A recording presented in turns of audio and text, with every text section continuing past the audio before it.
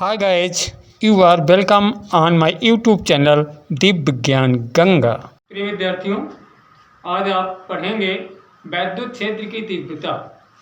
वैद्युत क्षेत्र की तीव्रता क्या है, इसके विषय में जानेंगे। देखते हैं ज़्यादा समय न लेते हुए वैद्युत क्षेत्र की तीव्रता क्या है।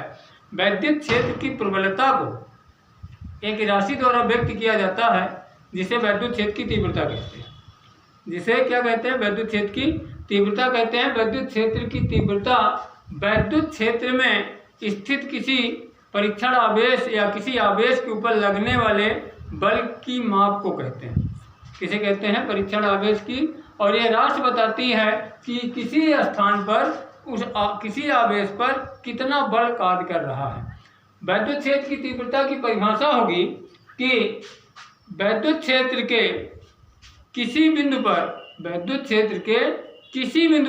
विद्युत क्षेत्र की तीव्रता उस बिंदु पर स्थित एक एकांक परीक्षण आवेश पर लगने वाले वैद्युत बल के बराबर होती है। वैद्युत क्षेत्र की तीव्रता क्या होती है? वैद्युत क्षेत्र के किसी स्थान पर विद्युत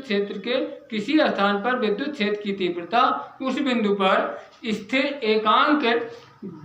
एकांक परीक्षण धनावेश पर लगने वाले बल के बराबर होती है। मान लीजिए ये कोई यहाँ पर एक परीक्षण धनावेश Q है, एक आवेश है और इसके चारों ओर का हमको क्या पता करना है? हमको पता करना है इस बिंदु पर कोई परीक्षण आवेश है, यहाँ पर कोई परीक्षण आवेश है, तो इन स्थानों पर इसकी विद्युत क्षेत्र की तीव्रता अलग अलग होगी। इसे बताना है कि इसके ऊपर कितना बल कार्य कर रहा है, यहाँ पर कितना बल का अनुभव कर रहा है अथवा यहाँ पर कितना बल का अनुभव कर रहा है। ये इस स्थान की विद्युत क्षेत्र की तीव्रता की माप होगी। यहाँ पर कितना बल कार्य कर रहा है, इस स्थान विद्युत क्षेत्र की तीव्रता की मांग होगी, या इस स्थान पर कितनी विद्युत क्षेत्र की तीव्रता की मांग होगी। अब चलते हैं, इसको थोड़ा सा देखते हैं कि यदि मान लीजिए कि यदि विद्युत क्षेत्र में किसी स्थान पर यदि विद्युत क्षेत्र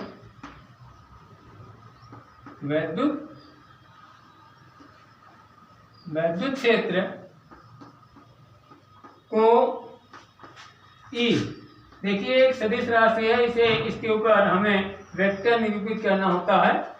विद्युत क्षेत्र क्या है? विद्युत क्षेत्र की तीव्रता क्या है? एक सदिश राशि है। विद्युत क्षेत्र की तीव्रता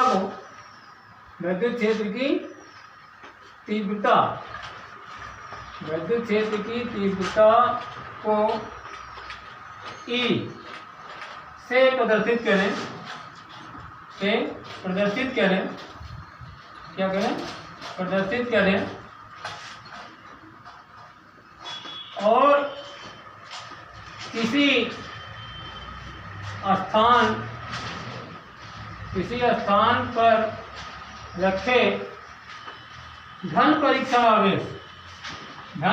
आवेश पर लगने वाला बल F हो तो E बराबर, मतलब विद्युत क्षेत्र की तीव्रता E बराबर होगी F/Q। F/Q0। विद्युत क्षेत्र की तीव्रता क्या होगी? F/Q0। ठीक है। यह एक सदिश राशि है और इसकी दिशा परीक्षण आवेश पर लगने वाले बल की दिशा की ओर होती है।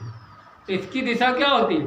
परीक्षण आवेश पर लगने वाले बल की दिशा की ओर होती है। अगर परीक्षण आवेश पर इधर की तरफ बल लग रहा है तो परीक्षण उसकी विपरीत दिशा होगी। और यदि धन परीक्षण आवेश पर लगने वाला बल इसको यहाँ जो आवेश रखा हुआ है, जिसके परीक्षण आवेश को हमें विद्युत क्षेत्र की तीव्रता पता करना है, अगर उसकी तरफ है तो उसकी दिशा दूसरी तरफ होगी। वैद्युत क्षेत्र की तीव्रता जो है एक सदिश राशि है।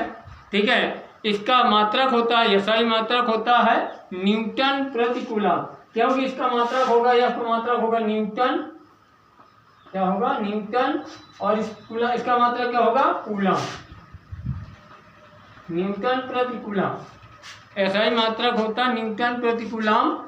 अब देखते हैं बिंदु आवेश के कारण विद्युत क्षेत्र की तीव्रता निकालते हैं। अगर हमको निकालना है कि बिंदु आवेश के कारण, किसी बिंदु आवेश के कारण बिंदु उसके विद्युत क्षेत्र की तीव्रता ज्ञात करनी है तो उसका सूत्र क्या हो सकता है, इस तरह देखते हैं हम। हमने पढ़ा कि E इक्वल क्या होता है, एफ अपान क्यू जीरो।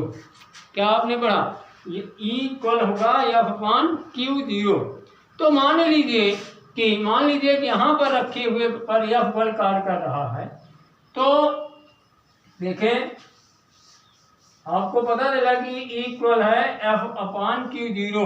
तो अब E इक्वल है एफ अपान क्यू जीरो। तो आप जानते हैं एफ इक्वल कितना होगा, 1/4 पाई एप्सिलॉन नॉट निर्वात में ध्यान देने वाला क्यू और यहाँ पर Q zero upon R square upon Q zero कर देते हैं। क्यू जीरो कैंसिल हो जाएगा, ये बचेगा आपका E equal 1/4 pi epsilon not Q upon R square. एक चीज ध्यान देने वाली बात यहाँ होगी है बच्चे कि जो आपका 1/4 पाई एप्सिलॉन नॉट तो आपका नियतांक है, क्या है, नियत रहता है। क्यू भी नियत होगा इसके लिए जिसके विद्युत क्षेत्र की तीव्रता नापनी है, जिसके चारों ओर।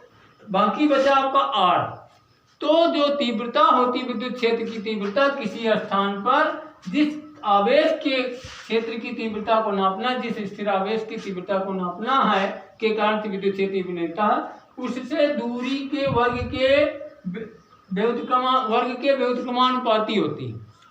ये डिपेंड किसने करती है, कहने का अर्थ हुआ कि E डायरेक्टली प्रोपोर्शनल होगा आपका किसके, 1/r स्क्वायर।